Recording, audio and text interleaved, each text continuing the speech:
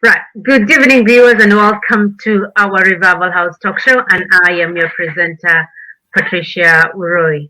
Uh, we're here to influence you, to engage with you, to educate, but above all, to enable you to empower yourself, as I've always said, to make a difference and also to make an impact wherever we are. Um, Tonight, we've got a very special guest, Bibi. She's an author, she's a lawyer, she's a broadcaster. She is quite a handful. And tonight's topic we're discussing about how to venture into business. And I think she's written a book from employment to entrepreneurship, and we're going to discuss that as we are getting along. And without much further ado, please help me to welcome Bibi Clement on the show. Bibi, welcome. Thank you very much. Thank you for having me. Thank you, Bibi, for your time. And let's go on to the questions. Please tell us, who is Bibi? Would like to know a little bit of yourself.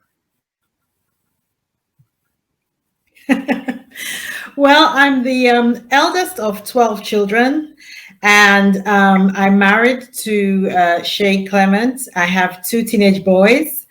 Alongside my husband, I run a group of small, successful companies, and I've been in church leadership for 30 years. So that, in a nutshell, is what I do. Oh, wonderful. I can see you're very busy in terms of your personal life. Right. In terms of your professional life, tell us about yourself. You graduated in law, and obviously the normal expectations will be practicing in the chambers. I will be sitting in the chambers doing what you know best, but that's not the case.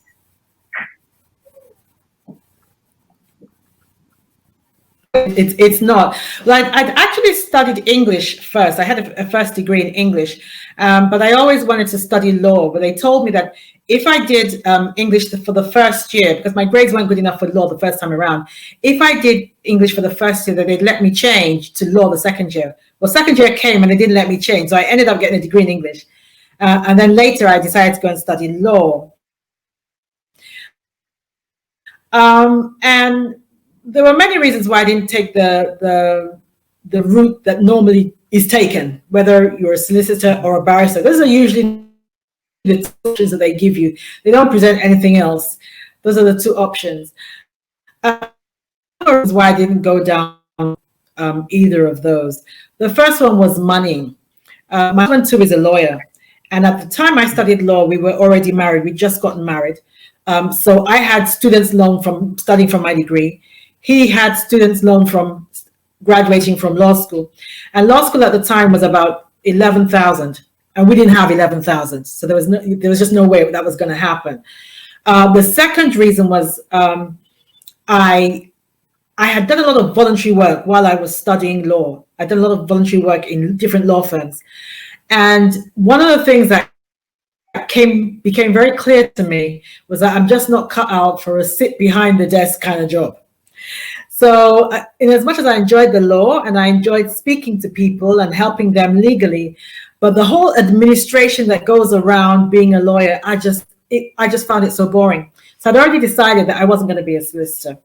I wouldn't have minded being a barrister, but it was just too long and you were just too dependent on other people to get cases. So I just thought, no, it's not going to happen. So what I decided in the end, I did a bit of research myself, and I discovered that if I specialize in employment law, I didn't actually qualified solicitor, and I could do everything that a solicitor did pretty much. The only thing I couldn't do was there were certain documents like a settlement agreement that I couldn't sign, but everything else I could do. So I thought, well, if that's the case, then I'm going to do employment law, and that's what I did. So I ended up specializing in employment law, and then I entered the trade union movement, which was more in line with my ethos. So I entered the trade union movement, and I practiced as an employment lawyer in the trade union for a number of years before I then started up my own company. But I've had other jobs prior to going into law. When I first came to this country 30 years ago, I worked in the benefits agency. It was called the DSS then. And I worked on the front line. So when you came to benefits advice, I was the person that you would see in the front line. And I remember that so many people didn't want to do that job. So many of my colleagues just wanted to work in the back end. But I wanted to work with the people because I again, it was the boredom, and I like people. And I'm glad I did it because I learned how to deal with both prince and pauper. Everybody from all life walks through your doors. And so I learned how to deal with different people from different backgrounds. And then after that, I went into sales because I resigned from that initial job. One day I was just talking to my colleagues and they were talking about how long they had been there. And some said 10 years, some said 12. And considering the fact that we were practically at the bottom of the pile, I just thought, oh my God, if I stay here, it's going to be. So I went home that day and I told my husband, I'm resigning tomorrow. And he, of course, he panicked. He said, why? And I said, because I don't want this to happen to me. I don't want to be stuck in the same place 10 years down the line. So I resigned the next day. And then, but I paid for that because I couldn't get a job for the next 6 months. But when I did finally get a job, one of the agencies that I was signed with said to me, Bibi, we have a job for you that we think you'd be excellent for. I know it's not with the law, but we think you'd be very good for it. So I said, okay, what is it? He said, sales. I said, sales? No way, I'm not doing sales. But I believe that God took me to that job. When I saw the money and the bonus scheme, okay, maybe I can do sales.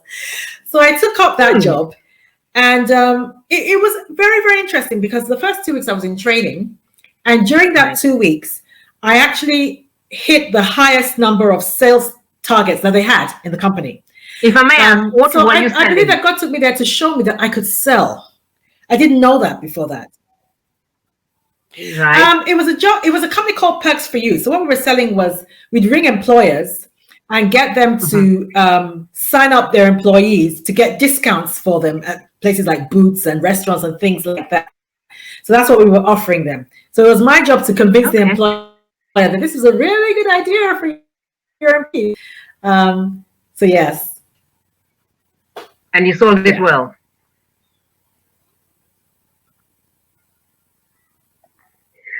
So would I say that sold it well? Yes.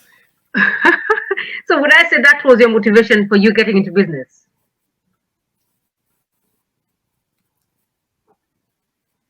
Being in sales department? No, actually, I'd always kind of from a very young age. No, that wasn't the I'd always at the back of my mind observed people since a young age, and from my observation, I discovered that people who did well financially long term were people who were in business. Employees may do well for a period, but it didn't seem to create generational wealth. So I always had that at the back of my mind, that if you wanted to be wealthy, if you wanted to make a living, fine, be an employee. But if you wanted to be wealthy and financially free, and more importantly, build up generational wealth, which is what I'm interested in, then business was the way to go. So that I always had that at the back of my mind. So I was always looking for an opportunity to go into business. So you're always this kind of a person who was open-minded to any challenge, and that's what you went for. Yes, definitely. Yeah. Right. Tell us about what inspired you to write the book From Employment to Entrepreneurship.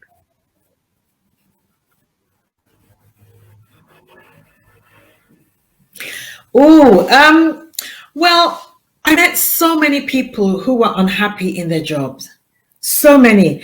And indeed, there have been jobs that I've had that I was unhappy with. In fact, statistics actually show that over 75%, which is a staggering figure, literally hate their jobs. They don't like their colleagues, they don't like their boss, they're bored, they feel they're underpaid, that kind of thing.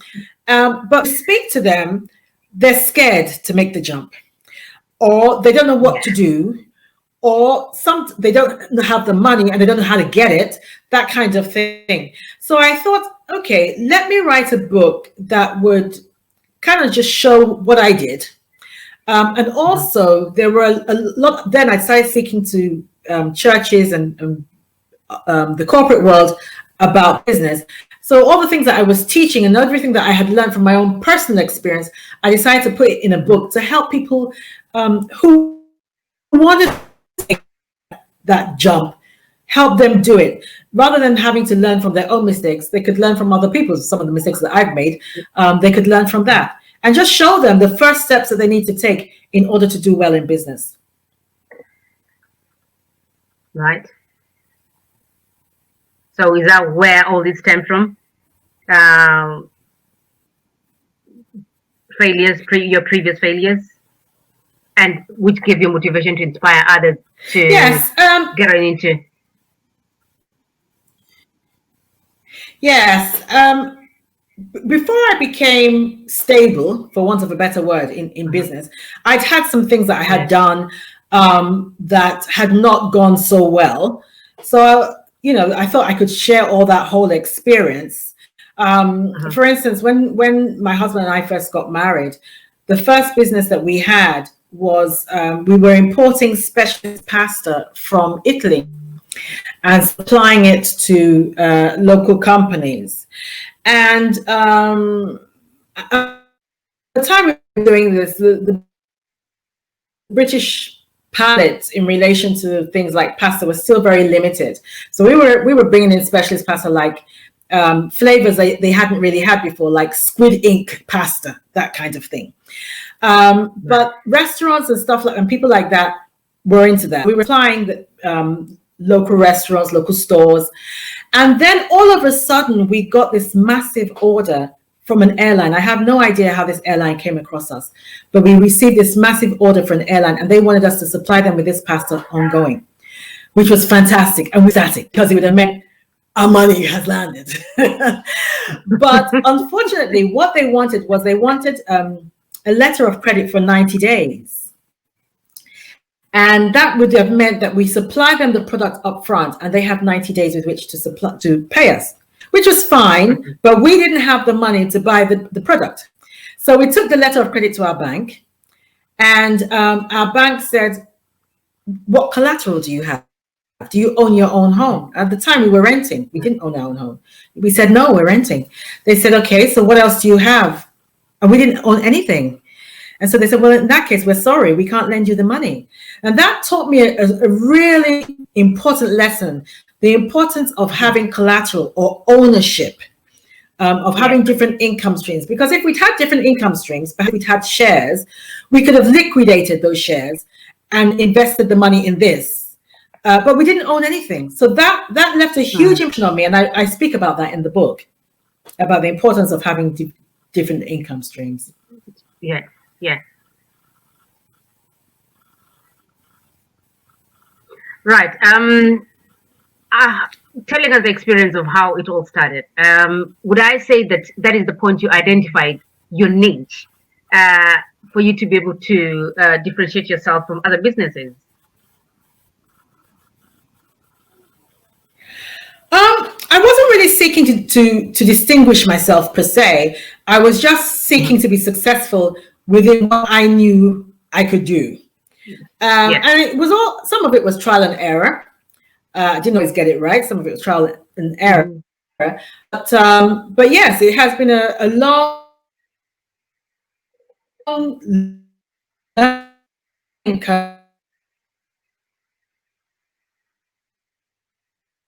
as we've gone along and we've opened more businesses.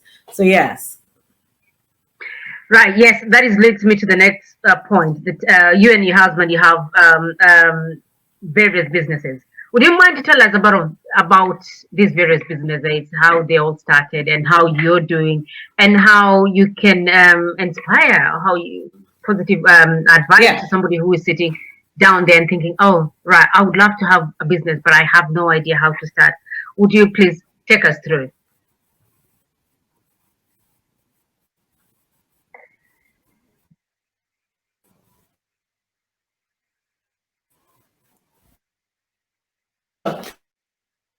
Well,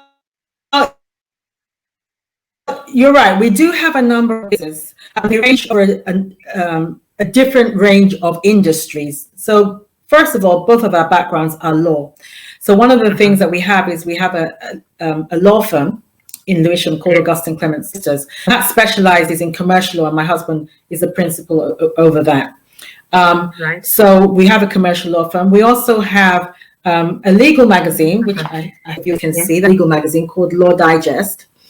And Law Digest is the principal magazine for African lawyers globally. And we're very proud of that magazine. In 2014, it was featured on CNN. And we, as so often happens in the start a business, the business grows branches and sprouts. So you end up doing things that you never initially envisaged you were going to do, but it's a good thing. So when we first of all started the magazine, we just have a magazine that was for, Black lawyers, particularly African lawyers that could liaise not just within Africa, but with the rest of the world. And all that. But on the back of that magazine, we now have an annual conference, legal conference in Nigeria on asset recovery and international litigation. Now, one of the reasons why we did that was because of the whole issue of, in Africa, you have these politicians and all these big guys stealing state funds and state money, and then coming over to Europe and hiding it in secret bank accounts and that kind of thing. So we decided to have an annual conference where this could be discussed. And one of the things that happened, that used to happen, particularly in Nigeria, I'm from Nigeria, one of the things that used to happen was if, for instance, a politician stole public funds and hid them in the West, the powers that be didn't even know where to start to trace the money. They didn't know where to start to trace the money. They didn't know how to follow the money. They didn't know how to get access to where eventually. They didn't know how to get the cooperation of the foreign government that might be involved in it. Might build the money, that kind of thing. So that conference, what we did with that conference was that we invited all the stakeholders that would be involved in something like that to come. So it's not just lawyers that attend. We have accountants, we have finance houses, banks attend, we have asset managers attend, we have agencies from the UK and America and Switzerland, they also attend as well. So we provide a platform where there could be some joined up thinking. So if you had a person, that kind of politician who stole that kind of money, you'd know, okay, how do I get access to his accounts, his bank accounts? You'd know who to go and meet. So you now knew who the bank manager was. And then the bank manager was like, okay, who handles his assets? Now I know who to go and speak to as regards his asset management. Then who do I speak to in the British government to help me trace the funds? How can I get access to the British banks that can help me trace the funds? We became the link. So we provide annually, we have provided the platform for all these people to meet. And so the process has become faster and easier to trace the funds. Some of the cases that we are now hearing that they've been able to get the money back or find the money has come as a result of these conferences.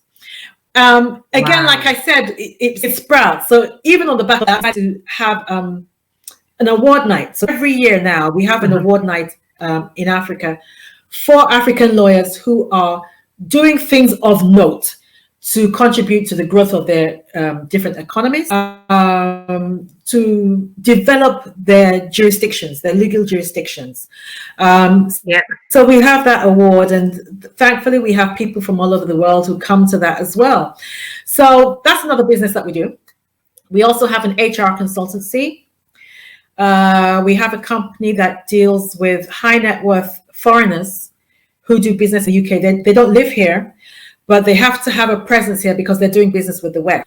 And oftentimes when the West is doing business with particularly Africans, they're slightly uneasy that if anything goes belly up, what do I do?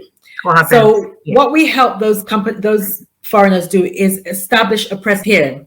So we might help them open a bank account, register the company.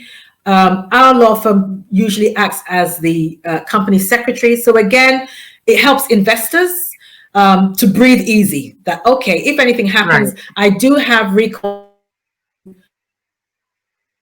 a legal system here, that kind of thing. We also provide meeting space for them. So if they're in town and they want to meet with clients, we provide meeting space for them. We do their tax, their accounts. We represent them at meetings, all kinds of things like that. And again, even that has and led to another business, because you get to know these people on a personal level, and they say things like, "Oh, baby, my son is coming over and come and his university, and I have no idea where he's going to stay." And so just for talking to people, we began to do another business. So we'd say something like, "Okay, do you want me to help you source a house?" And they say, "Yeah, that would be fantastic." So we began to source properties for clients.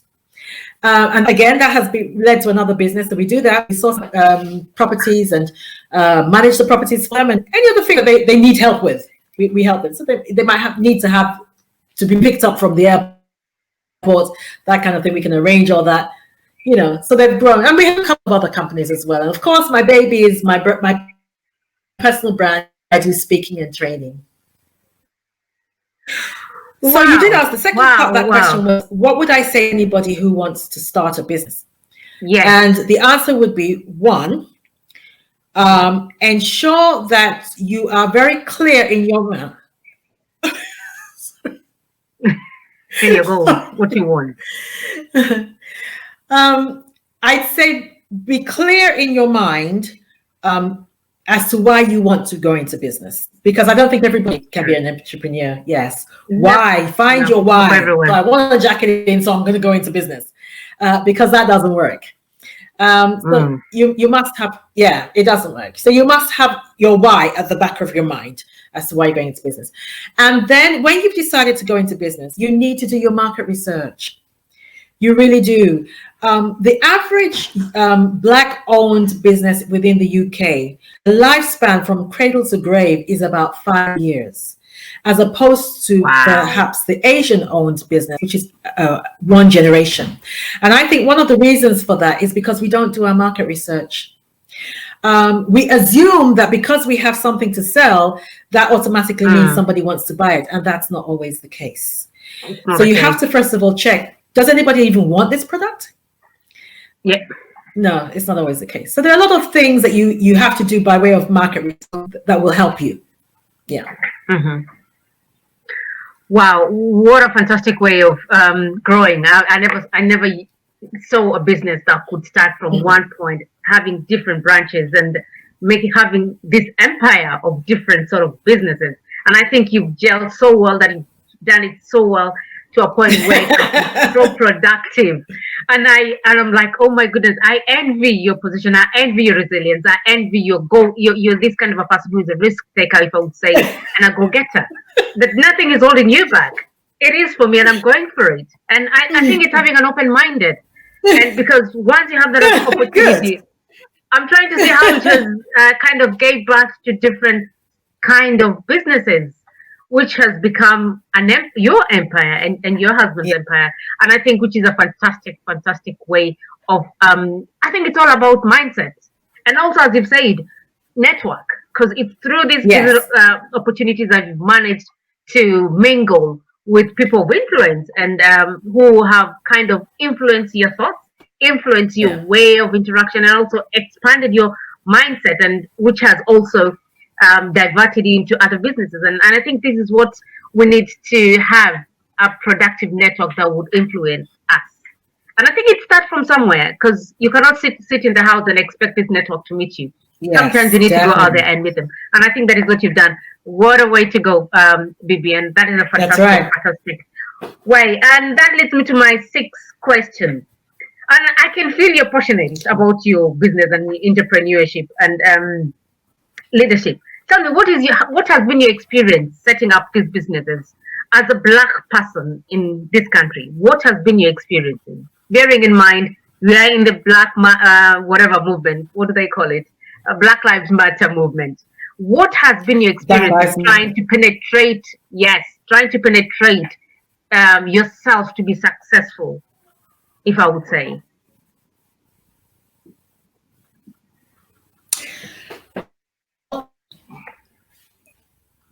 Both. I have good stories and bad stories. I think as a Black person in the UK, there are a lot of limiting factors. One is the general psyche of the UK in relation to entrepreneurship. we are not traditionally, and when I say we, I'm talking about the UK. UK is not traditionally a capitalist society. We've come to capitalism, but traditionally, that's not the psyche. That's not the psyche. It's not like America, who are capitalists from beginning to end. And therefore, it is a lot easier to break through. It's a lot easier for Black people to break through in America. I'll give a very simple example. The average, if you go to the average bank manager within the UK and you have a business idea, he's looking at his sheet and he's ticking on that he's been told unnecessary for him to lend you the money. So do you have collateral? Does she have this? Does she have that? Kind of a tick box. Whereas in America, even though they might have that, you're more likely to get the money from a bank manager who, on gut feeling, on gut feeling, having spoken to her, I think she's got what it takes to go for it. He may lend you the money on gut feeling. That hardly never happens in the UK. It hardly never happens. So the collective mindset is an issue. But secondly, I think Black people themselves have not done themselves a lot of favors in some regards. One of the issues that we have as Black people in the UK is the issue of trust when it comes to business and entrepreneurship, is the issue of trust. There is, I'm sad to say, a lack of integrity amongst the majority of Black businesses in the UK. And as a result, even Black people are reluctant to work with other Black people and to go into business with other Black people. And the result has been that everybody is doing their own little thing in their own little corner of the world. And that doesn't work. That doesn't work. That day is gone. We have got to collaborate. We've got to collaborate. We've got to come together and become a force, an economic force to be reckoned with. Otherwise, it's not going to happen for us. And it does grieve me in some ways because, particularly, let's take the church. I think there are great opportunities within the church, specifically Black churches, for pastors to empower their people. Empower them expose them to mentors who have gone before and who can take their hand and show them how it's done. Empower them with opportunities. Empower them by establishing business groups within churches. I'm a strong believer, and I preach this whenever I go and preach, that every church should have a thriving. Our lack of ability to do that has really affected us. Because there is a lot we don't know. There's a lot we don't know. It's just like the Bible says, my people are perishing for lack of knowledge. If there's ever been a place where I think that scripture is applicable, it's in relation to entrepreneurship and the church. So yes, I do think that a lot could have been done there to take us further down the road from where we are. But a lack of collaboration and working together has affected us greatly and has kept us in a single spot. Considering how educated we are, and considering that we're very hardworking, and sub-Saharan Black Africans, in my view, are intrinsically entrepreneurial anyway.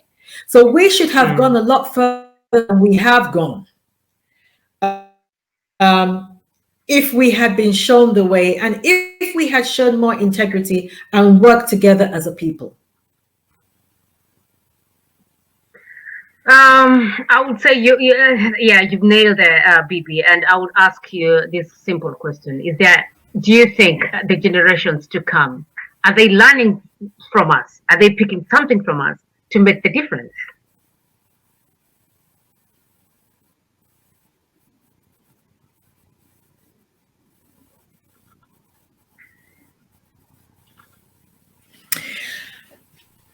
I wish I could say yes, but I'm not sure. As a people, what we need is to have our own businesses, so that when our children graduate from uni, they don't go to another community for their bread and butter.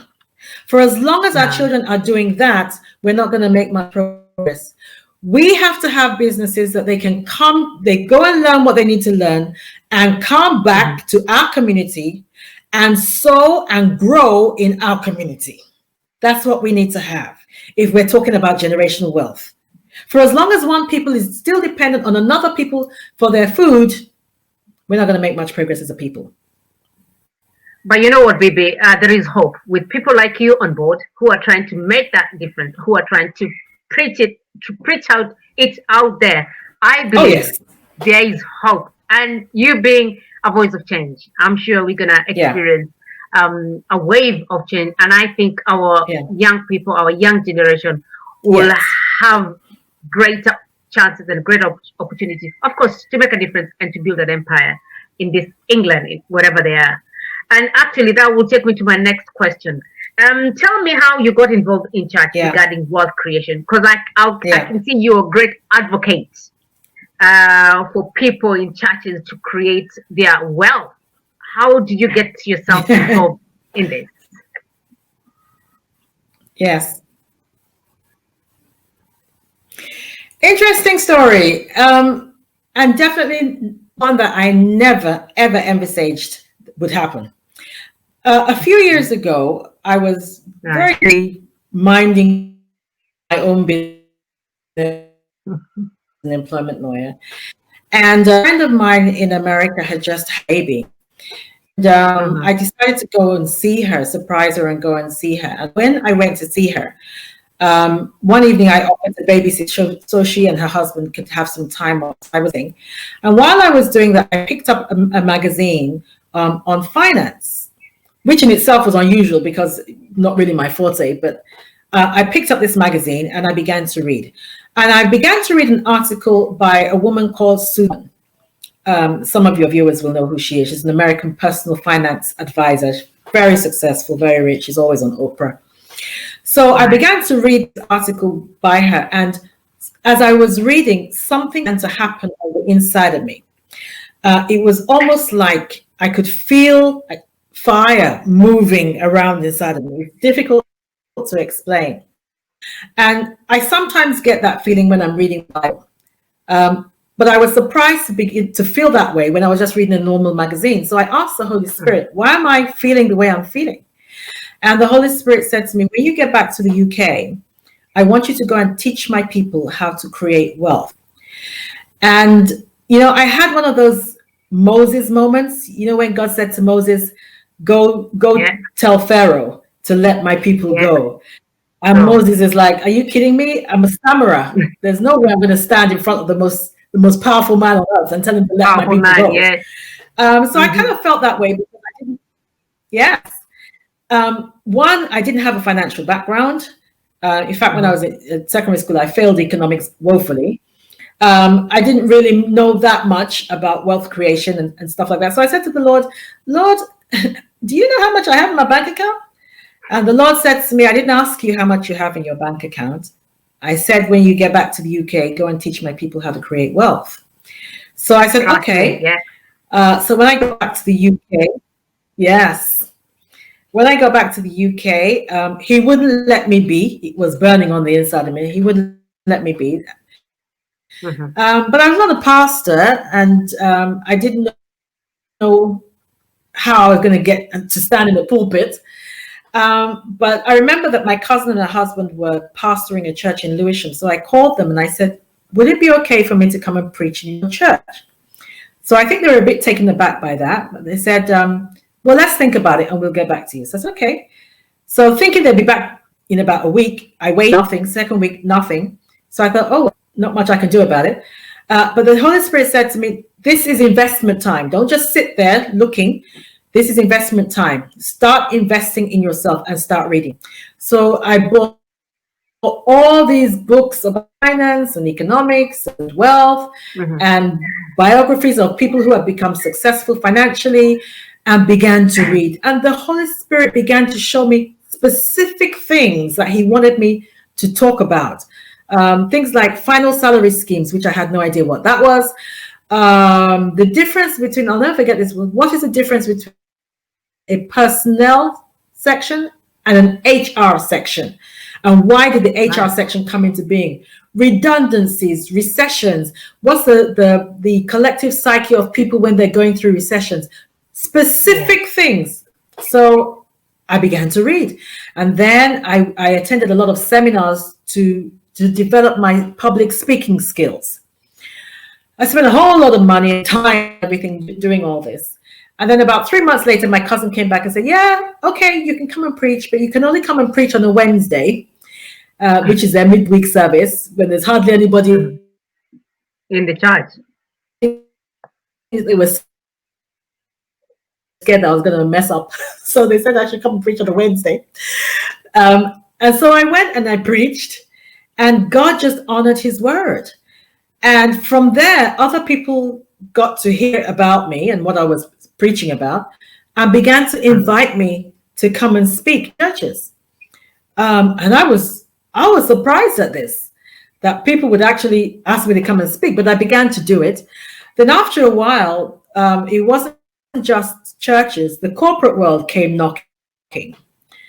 And then I remember I got an invitation from the Nigerian Armed Forces to come and on leadership. And then the things that I was being asked to speak on, that's really how it started. And I do more of that now than practically anything else, because like you said, I'm very passionate about it, about seeing people become financially free. And also I'm a leader.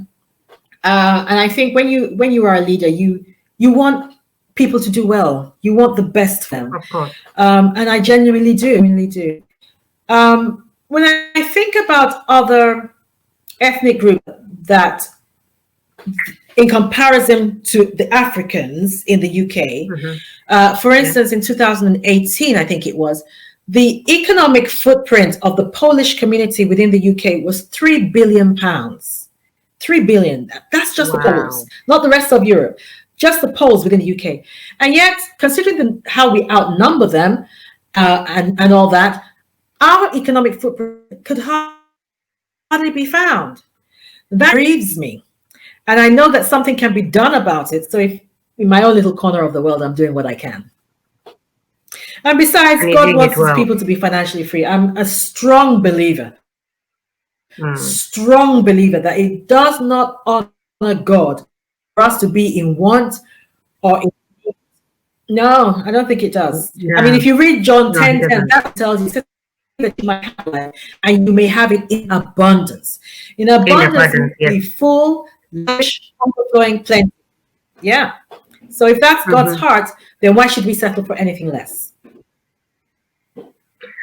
Wow, I think what you're teaching me here is giving yourself away, to be a vehicle, to be used by God to make that difference. And I can see in so many instances how you've actually done that, which is through your testimonial, which is a great thing, that you're not just sitting there, you're ready to make that change, and you're ready to go an extra mile to make that difference. Well done, baby. And actually now that leads me to my final question. I can see you're a person of different goals, and this one is your radio show. Please tell us your journey and your leap into hosting your own radio show. Baby means business, right? BB means business. That's right. Well, actually, I've got to credit my husband for this, because he kind of bullied me into this. He's wanted me to do this for a long time. He's always said you should do radio, you should do TV, and I've kind of shied away from it, because in as much as and people laugh when I say this, in as much as I do public speaking, I'm actually quite reserved.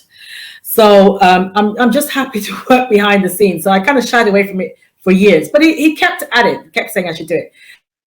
But when the whole COVID thing started, I needed another platform in which to communicate with people, because I hold a lot of live events, and of course that was no longer possible. So I think he finally got his way, and I decided, okay, let me use another medium. Thankfully there was a radio station who wanted to work with me on this, and so I just BB Means Business show. And it's been a wonderful journey. I must say, it's been a wonderful journey, and it's brought me before people who would never have who I was. It's brought me to a whole different community of people, and it's great. It really is good.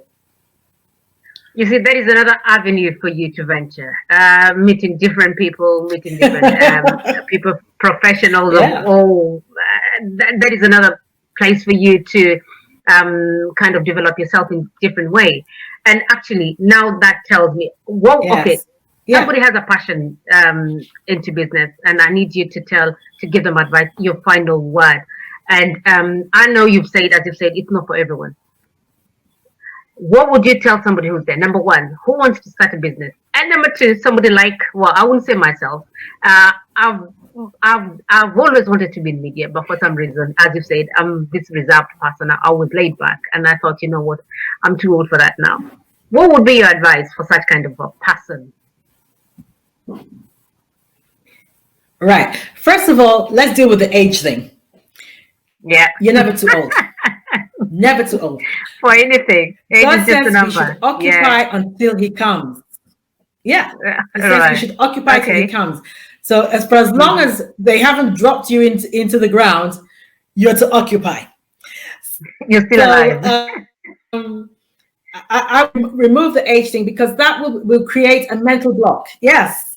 That will create a And a mental block limitation. if you focus on the age thing. And I say that from experience. Mhm. For some reason, I had it in my mind that, yes, for some reason, I had it in my mind that if I hadn't become financially free by 40, it was never going to happen. And I could see myself as I approached 40 begin to relax and shrink on the inside. So those kind of things you have to deal with. But I would say, don't wait until everything is perfect or is in place. Don't wait. Right. If you have the dream, put the necessary things in place, but don't wait until everything is perfect, because everything is never going to be perfect. You're going to have to jump at some point. You're going to have to take the risk at some point. The risk may be a measurable risk, but it is still a risk. So there are things that you can do to have a soft landing. You can have a transition plan. So for instance, research shows that most companies don't turn a profit for the first 2 years. So if you know you want to go into business, you start putting money aside that can help or can cater for your needs and pay your bills for the first 2 years, just in case you don't make it. So those kind of things. Start learning the skills in the industry that you want to go into. Learn as much as you can about the industry. Get somebody who can mentor you. I'm telling you, if you find someone who can mentor you, that half your journey is cut, because they will share with you their expertise, their knowledge, the mistakes they made, so you don't have to make those mistakes. That kind of thing. I would strongly encourage that you humble yourself and sit at the feet of somebody who can show you what to do. Learn as much as you can. We have a client who, when he wanted to go into business, he had a friend who owned a bakery, and he volunteered in that friend's bakery for about a year before he started his business, and he learned every aspect of the business. So he was there at 4 o'clock when they delivered the bread. He was there when he involved himself in carrying the bread out, liaising with customers, liaising with suppliers. He immersed himself in the business. That's what you need to do. Get as much information and knowledge as you can about the business. Particularly in this day and age, look for things like how you can maximize your profit and limit your expenditure. So when you look at the business, look at whether you can do it online. Do you really need an office? Or is it something you can run online? Can you run it from your home? That kind of thing. Have a business plan. Have to be one of those really massive or formal ones that you present to a bank manager, but you've got to be written down somewhere, so you can have a look at your plan and see, as a working document, how to tweak it as you go along, that kind of thing. So yeah, those are the initial things that you need to do. Yeah.